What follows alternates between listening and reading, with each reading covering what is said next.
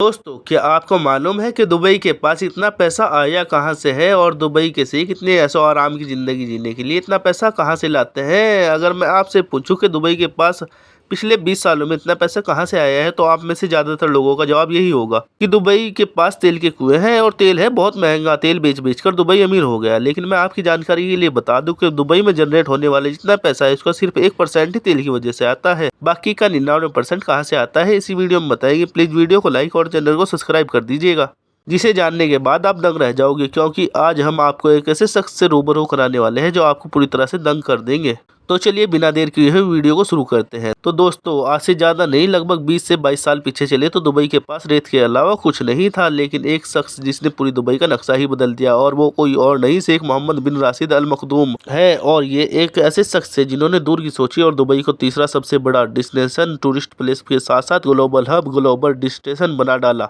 दुनिया भर के अमीर लोग दुबई जाकर अपना एम्पायर बनाने की सोचते हैं। तभी तो दुबई आज एक ऐसा शहर बन चुका है जहां पर हर चीज़ आपको टॉप लेवल की देखने को मिलेगी, चाहे वो फिर दुनिया का सबसे बड़ा मॉल हो, या फिर दुनिया की सबसे बड़ी इमारत, या फिर दुनिया का एक इकलौता 7 स्टार होटल बुर्ज अल अरब हो। और दुबई इतने में ही सेटल नहीं हुआ। जब डिज्नीलैंड वालों के पास ये बोलने के लिए गया कि दुबई में सबसे बड़ा डिज्नीलैंड बनना चाहिए, तो डिज्नीलैंड वालों ने मना कर दिया। कि उन्होंने बोला कि दुनिया का सबसे बड़ा डिज्नीलैंड तो हमारे यहाँ का ही होगा। उसी पर शेख मोहम्मद बोले कि आप ना बनाओ, हम दुबई लैंड बनाएंगे जो दुनिया का सबसे बड़ा होगा, जहां हर रोज 2 लाख से अधिक लोग आएंगे। वहीं रेगिस्तान में जहां ढंग से पेड़ पौधे नहीं उगते, उसी रेगिस्तान वाली जगह में फूल उगा दिए और दुनिया का सबसे बड़ा फूलों का बगीचा दुबई में देखने को मिल जाएगा, जिसका नाम दुबई मेरिकल गार्डन है। इसके साथ साथ पाम जुबेरा, जो कि दुनिया का सबसे बड़ा मैडमैन आइलैंड है, वह भी आप दुबई में देख पाएंगे, जहाँ पर करोड़ों में घर बिकते हैं। और इसका स्ट्रक्चर भी गोल नहीं है, क्योंकि दुबई के शेख ये बात अच्छी तरह से जानते थे। अगर उन्होंने आइलैंड को गोल बनाया तो ज्यादा घर नहीं बिल्ड नहीं हो पाएंगे, जिससे ज्यादा पैसा नहीं कमा पाएंगे। इसलिए उन्होंने आइलैंड का स्ट्रक्चर ऐसा रखा जिससे ज्यादा से ज्यादा घर बनाकर लोगों को ज्यादा से ज्यादा महंगे बेच सके।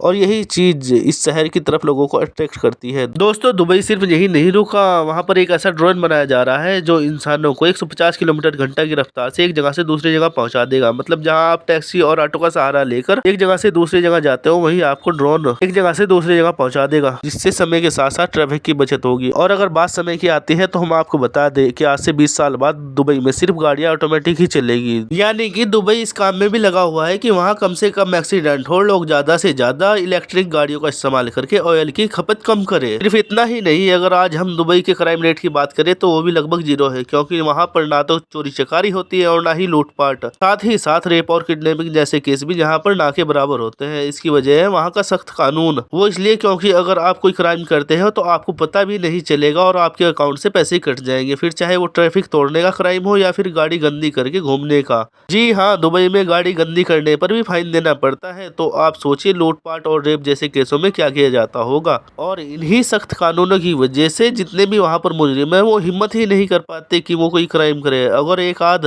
हिम्मत कर भी दी तो ये मत भूलना कि दुबई की पुलिस के पास ऐसी वैसी गाड़ी नहीं है, बल्कि सुपर कार है जो झट से आपको पकड़कर जेल की सलाखों के पीछे डाल देगी। और ऐसी ही ना जाने कितनी चीजें दुबई के अंदर है जो हर आम आदमी को वहां जाने के लिए आकर्षित करती है। और यही वजह है कि आपको दुबई में लोकल शेख 8 से 10% ही मिलेंगे, बाकी सभी वहां पर दूसरे देशों के लोग रहते हैं। ऐसा इसलिए संभव हो पाया है, ना तो दुबई कोई टैक्स वसूलता है और ना ही आपको रहने के लिए कोई अलग परमिट की जरूरत है। आप जाए और वहाँ पर आराम से अपना बिजनेस बढ़ाए, वहाँ पर ऐसो आराम की जिंदगी का लुत्फ उठाए। आपके पास पैसे होने चाहिए, क्योंकि जिनके पास पैसे नहीं होते दुबई जाते हैं पर पैसा कमाने के लिए। और यही सोच दुबई ने सालों से रखी है, जहां पर वो इंडिया, पाकिस्तान, नेपाल, बांग्लादेश, फिलीपींस जैसे देशों से लोग वहां पर तेजी गर्मी में काम करने के लिए बुलाते हैं। और आप जो ये दुबई में बड़ी बड़ी इमारतें देखते हो ना, ये सब डेवलपमेंट कंट्री की वजह से बनी है, क्योंकि यही लोग वहां जाकर मजदूरी करते हैं और ये चंद पैसों के लिए कड़ी मेहनत करते हैं। उसी का उल्टा वहाँ के अमीर लोग एयर कंडीशन होटल, घरों में बैठकर पूरा एम्पायर चलाते हैं। दोस्तों, अब तो आप समझ गए होंगे कि दुबई के पास ना तो तेल बेचकर इतना पैसा होता है और ना ही सरकार टैक्स लेती है, बल्कि वहाँ पूरा पैसा ट्रैवलिंग और टूरिज्म से आता है। साथ ही जितने भी अमीर लोग हैं दुबई में इस शानदार लाइफ स्टाइल को जीने के लिए दुबई में ही बस जाते हैं, जो कि अपने साथ दुबई का भी कल्याण करने में जुटे रहते हैं। यही वजह है कि दुबई आज तरक्की की सीढ़ियों बहुत तेजी से चढ़ चुका है और आगे भी अपनी उड़ान भरने के लिए तैयार है। बाकी आपका दुबई के बारे में क्या ख्याल है, कमेंट में जरूर बताएं। और ऐसी ही वीडियो देखने के लिए हमारे चैनल को सब्सक्राइब करें। मिलते हैं अगली वीडियो में, बाय बाय।